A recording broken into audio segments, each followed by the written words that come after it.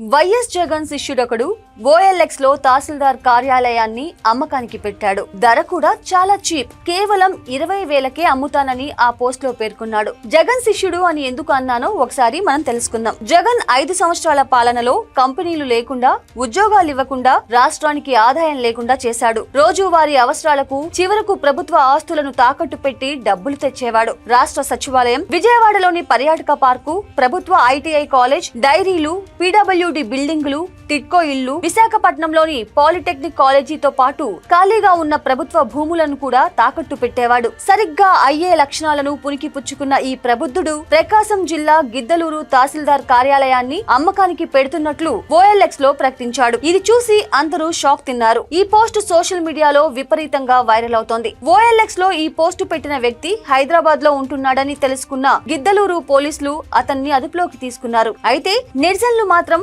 వందల సంఖ్యలో ప్రభుత్వ ఆస్తులు తనఖా పెట్టినప్పుడు జగన్ ను అదుపులోకి తీసుకోలేదు, కానీ సరదాగా ఒక్క MRO ఆఫీసును అమ్మకానికి పెట్టిన వ్యక్తిని అదుపులోకి తీసుకోవటం పట్ల పెద్దలకో న్యాయం, సామాన్యులకో న్యాయమా అని ప్రశ్నిస్తున్నారు.